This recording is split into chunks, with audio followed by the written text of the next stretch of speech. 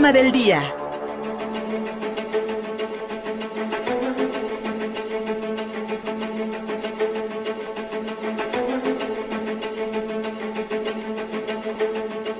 Ayer, la Comisión de Energía de la Cámara de Diputados anunció una prórroga para dictaminar la famosa reforma eléctrica presentada por el presidente Andrés Manuel López Obrador. Contrarreforma le llaman algunos, después de que terminó este foro para la discusión de este tema. Y mi estimado Javier Cobos, esta prórroga de 90 días que solicitaron las comisiones que van a dictaminar esta reforma constitucional, pues genera más incertidumbre, especialmente cuando hemos escuchado muchísimas versiones sobre posibles violaciones al Tratado de Libre Comercio en caso de un cambio constitucional en el tema de los energéticos. Mi estimado Javier, como siempre, agradecidos por encontrarnos aquí contigo y después también de que la semana pasada nos advertías de posibles aumentos en otros aspectos de la energía como la luz eléctrica. Buenos días. ¿Qué tal, Luis Fernando? Buenos días, qué gusto escucharte. Un saludo a ti y a todo tu auditorio, a tu equipo, con muchísimo gusto. ¿Cómo están? ¿Bien? Igualmente, muy bien, gracias. Qué bueno, qué gusto. Pues sí, como tú bien lo comentas, efectivamente, recientemente el diputado, el presidente de la Junta de la Coordinación Política, Rubén Moreira, del PRI, publicó que efectivamente se entra en una prórroga adicional el dictamen de la reforma eléctrica. Es una reforma constitucional precisamente porque pretende hacer modificaciones al 25, 27 y 28 constitucionales para darle, digamos, regreso a lo que se hizo en la época de Peña Nieto, cuando en el 2013 se hizo la modificación de la Constitución, específicamente el 25, 27 y 28 constitucionales, para permitir a los privados la generación, producción de energía eléctrica fundamentalmente. Con esta reforma lo que se pretende, para contextualizar un poquito a nuestro público que a lo mejor no ha escuchado nuestras intervenciones anteriores, con esta reforma lo que se pretende es regresar un poco el poder monopólico de Comisión Federal de Electricidad, de la CFE, no a un 100%, pero sí a un porcentaje importante, en el que el 54% del mercado se le queda a CFE y el resto, que es un 46%, se le queda a la producción de los privados, cuando en su momento los privados estaban contando con la expectativa de que podían proveer al 100% de energías. No solamente el tema de que ellos podían participar, sino que la mecánica de su participación era con base en fuentes renovables, con base en fuentes de energías limpias. Y como ya comentamos en el pasado, pues muchos estudios, incluso del propio Departamento de Energía de Estados Unidos, que publicaban en Bloomberg desde el año pasado, pues estiman que el incremento en emisiones de CO2 a la atmósfera pues sería alrededor del 50%, el incremento en el costo de producción de energía a través de energías fósiles, a través de recursos fósiles, igual se incrementarían alrededor del 50%. Y bueno, como siempre aquí en tu programa vemos cómo impacta en el bolsillo de los mexicanos. Bueno, impacta fundamentalmente en el incremento en precios del suministro eléctrico, porque si te cuesta 50% más producirlo, ni modo que tú pongas ese 50%, ese 50% se lo transfieres a tu consumidor. En este caso pues somos todos los mexicanos, porque el único proveedor de energía eléctrica que se pretende que sea CFE, y pues tendremos sí o sí que comprar la CFE probablemente a 50% más caro kilowatt hora, salvo, como comentamos también en la intervención anterior, que este precio se subsidie y que finalmente, pues como comentamos la sesión inmediatamente anterior, pues también sale del presupuesto público, ¿no?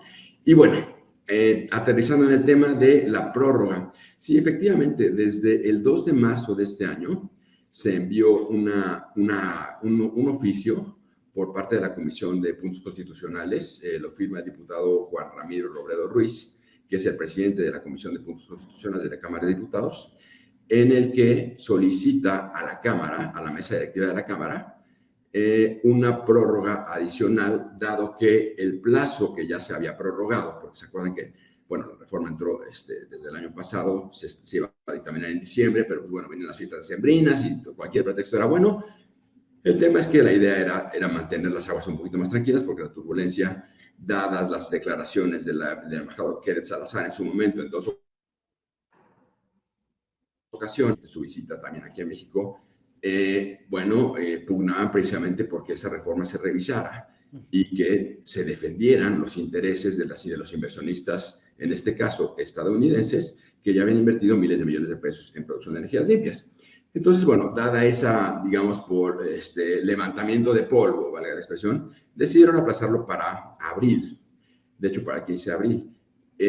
Sin embargo, en este oficio que envía la Comisión de Puntos Constitucionales a la Cámara, le pide una prórroga adicional. No establece en ese oficio específicamente los 90 días, pero por temas reglamentarios serían 90 días. Se podría dictaminar antes, pero pide esta prórroga y la motivación llama mucho la atención, Luis Fer. Sí. La motivación en ese oficio es que son temas constitucionales y requieren mayor tiempo para su discusión, análisis y, en su caso, aprobación. Eso fue el 2 de marzo, en donde se solicita a la Cámara de Diputados esta prórroga. Recordemos que durante el mes de febrero y más hubieron foros de discusión sobre la reforma eléctrica. Nada menos hubieron alrededor de 68 foros con 170 ponentes, en donde se discutió durante más de un mes el tema de la reforma eléctrica. Y la motivación para la prórroga es que necesitan más tiempo para discutir. No me suena lógico. Fíjate, ayer escuchaba al diputado Moreira decir esto, que los foros retrasaron la discusión en las comisiones.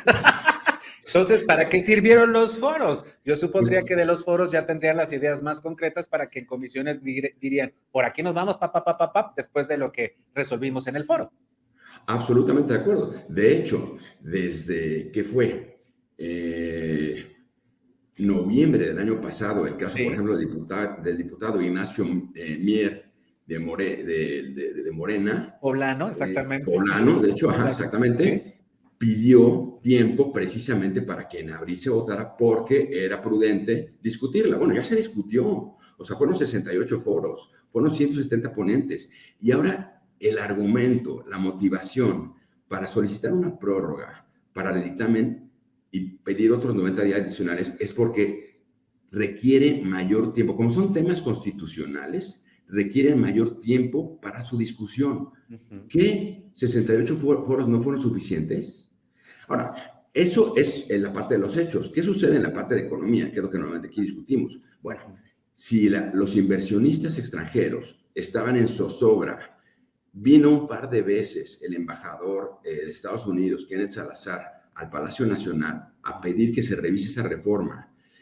Suficiente, polvo se levantó con este asunto e incertidumbre. Aquí mismo platicamos de la fuga de capitales de manera impresionante, precisamente por la desconfianza que está habiendo en las reglas del juego desde el nivel constitucional. Eso por un lado.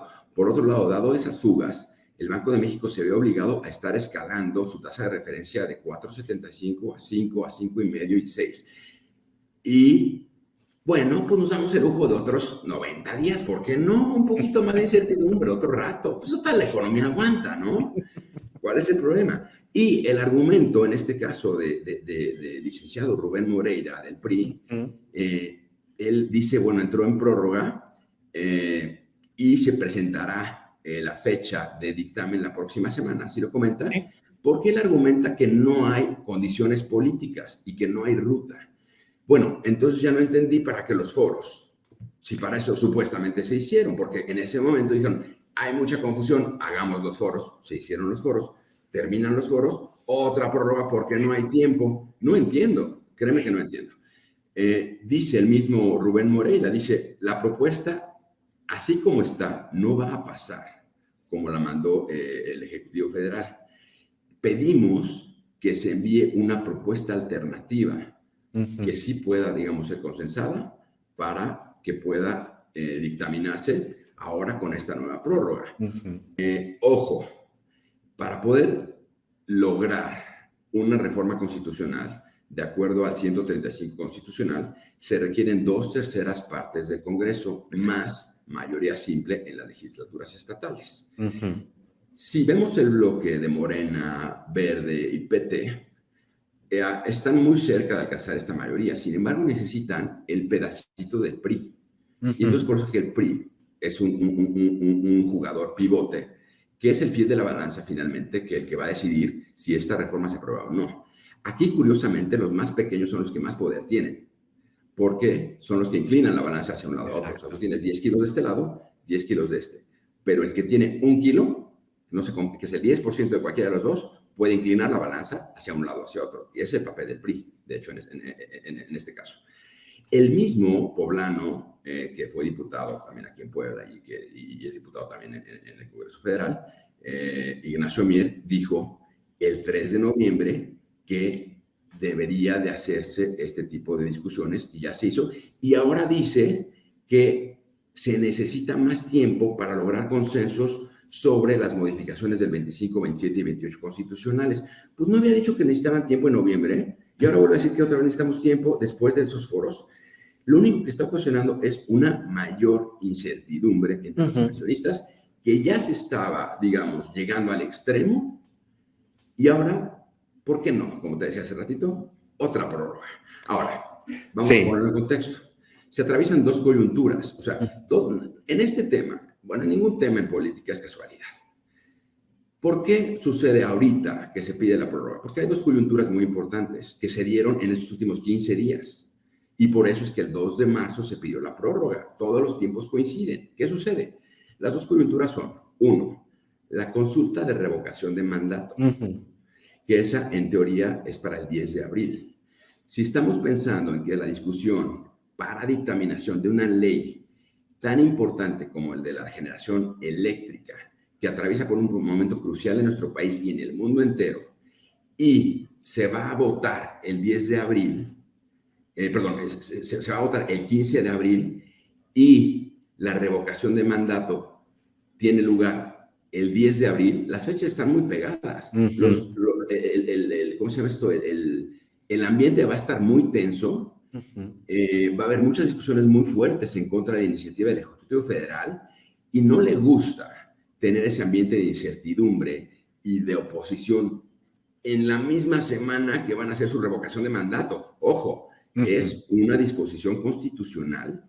El tema de lo de la revocación de mandato no es una ratificación como en otros países, como el caso de Venezuela y otros países de Sudamérica. En este caso, la Constitución es muy clara en el 39, 40 y 45 constitucionales. Se llama revocación de mandato, no ratificación. Quiere decir que abre la puerta a la posibilidad de que el presidente se vaya. Exactamente. Y en esa misma semana se llevaría la votación de la reforma eléctrica. No eran buenas noticias para el Ejecutivo Federal, entonces mejor movemos los hilos para que se postergue otros 3 meses. Esa es la primera coyuntura. Sí. Y se da exactamente en la misma semana de la revocación de mandato. La segunda coyuntura es la que hablamos la sesión pasada, bueno, la entrevista pasada, que es precisamente el conflicto armado entre Rusia y Ucrania. Al momento que este conflicto se da, los precios de los energéticos per se, en este caso el gas natural, va a tender a subir por su escasez. Si bien Rusia no ha cerrado la llave totalmente para el suministro, porque al final del día no le conviene, o sea, no puede cerrar la llave porque si le cierra la llave se queda sin el 50-70% de sus ingresos. Exacto. Entonces, bueno, no puede cerrar la llave. Las sanciones que está haciendo la OTAN o digamos el grupo occidental ¿cómo se llama esto? Al presidente Putin son meramente comerciales, meramente de restricciones de capitales, restricción de comercio, restricciones, incluso Goldman Sachs ya se va de Rusia. Son ese tipo de restricciones no bélicas, pero que van asfixiando un poco la economía rusa. ¿Por qué? Si se mete la OTAN francamente a un conflicto bélico, se arma la que no te imaginas a nivel nuclear. Entonces no podemos llegar a ese asunto, y eso lo sabe Biden. Entonces él sabe que si mete la nariz directamente en términos bélicos a Ucrania, se arma la de San Quintín. ¿Por qué? Porque las reservas de armas nucleares son colosales, tanto en Estados Unidos como en Rusia. Entonces, si abiertamente nos subimos al ring, el mundo no la va a contar. Entonces, lo que hacemos son simplemente sanciones comerciales. Pero bueno, el punto acá, regresando al tema, es que se encuentra esta prórroga dentro de una coyuntura donde los precios de los energéticos solamente pueden tender a subir. Entonces, si por un lado, a nivel internacional, la presión del bien per se, que es el gas natural, va a tender a subir. El bien sustituto, que estábamos comentando también en la sesión pasada, va a tender a Sí, subir porque se va a incrementar su demanda y naturalmente va a subir el precio de los energéticos, especialmente de la electricidad. Y tú le aumentas una política interna en la misma semana que se va a dictaminar y que la repercusión es evidentemente en un incremento del 50% en los precios de producción de la electricidad, pues te metes en camisa once varas de una manera innecesaria. Entonces, ¿qué es lo que claro. hacen? Mueven los hilos para que esta iniciativa constitucional vuelva a otra prórroga. ¿Por qué? Por esas dos coyunturas. El tema de la revocación de mandato, que tendría Ujú. lugar el 10 de abril, y la votación estaba programada para el 15 de abril. La votación me refiero de la reforma eléctrica, muy, muy pegados. Y Ujú. la segunda que estaba yo comentando, la crisis en el mercado energético a nivel mundial. Entonces, tenemos esas coyunturas que, mal que bien, no las habían previsto. Es Al cierto. momento que se dan cuenta, dicen, pateamos el balón más adelante, en lo que los humos se calman. ¿Por qué? Porque la opinión pública va a estar muy pendiente de que se está proponiendo una reforma que me va a incrementar directamente en mi bolsillo, porque voy a pagar mucho Exactamente. más de electricidad. Y en esa semana tengo que votar si se queda o no el presidente. Pues, ¿qué es lo que voy a votar? Pues que se vaya, ¿no? Obviamente, Pare- eh, postergo. Bien lo Perdón. dices, Javier, parece más un control de daños premeditado, previsto. Vamos a darnos más tiempo para que entonces la gente no sienta el impacto de una mala decisión económica que tiene una motivación completamente política.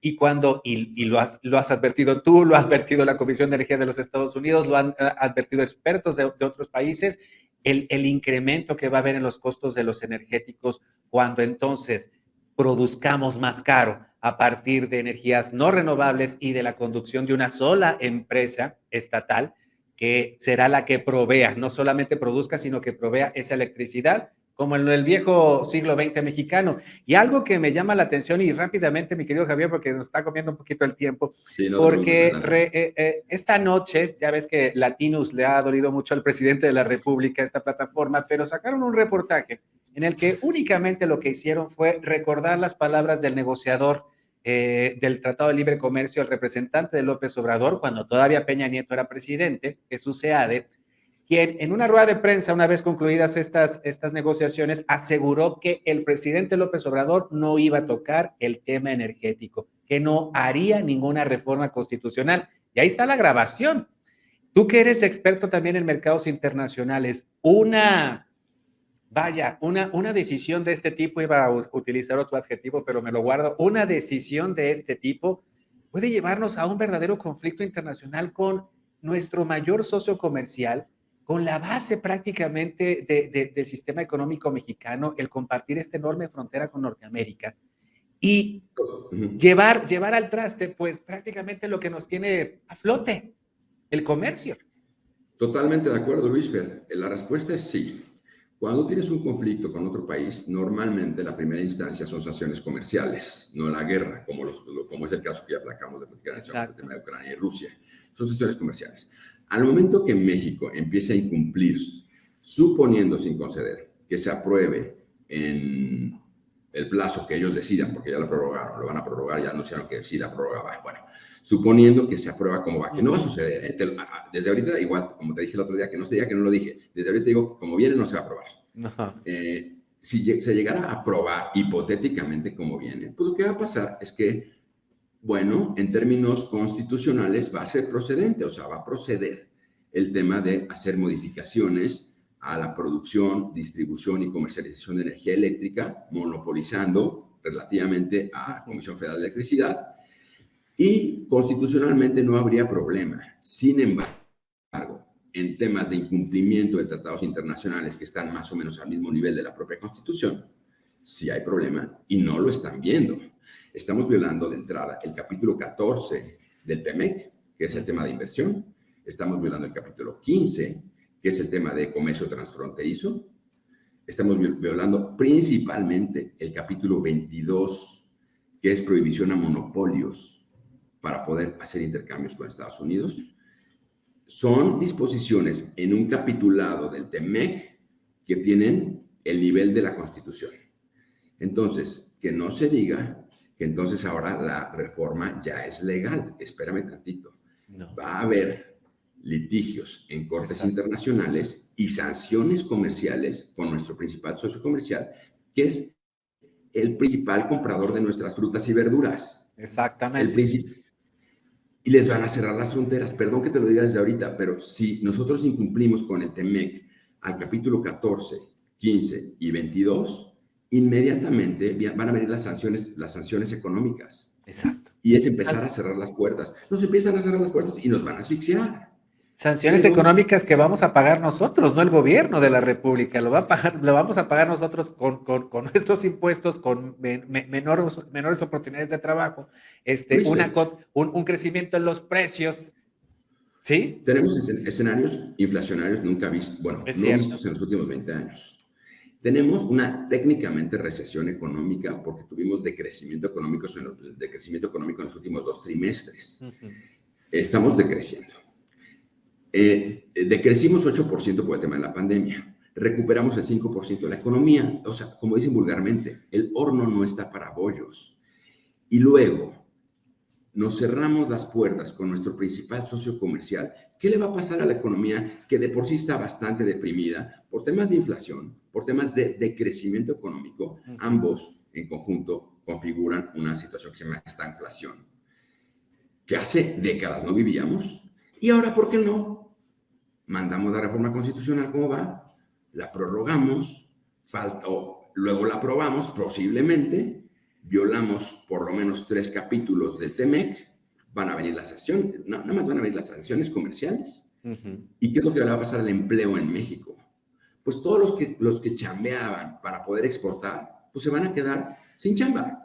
Y si de por sí estamos decreciendo económicamente en los últimos 2 trimestres, ya estamos en recesión técnica, quiero ver qué va a pasar, a dónde vamos a llegar con un escenario de decrecimiento, recesión técnica, y luego nos cerramos las puertas con nuestros compradores principales. Nos las vamos a cerrar porque ellos inmediatamente, al haber incumplimientos del TEMEC, van a empezar con sanciones comerciales, y es normal, y está previsto en los propios tratados. Entonces, ¿a qué le jugamos? O sea, estamos mal y vamos para peor. O sea, ¿por qué? O sea, no entiendo la lógica. Síguenos en Facebook y en Twitter. Estamos contigo, Puebla.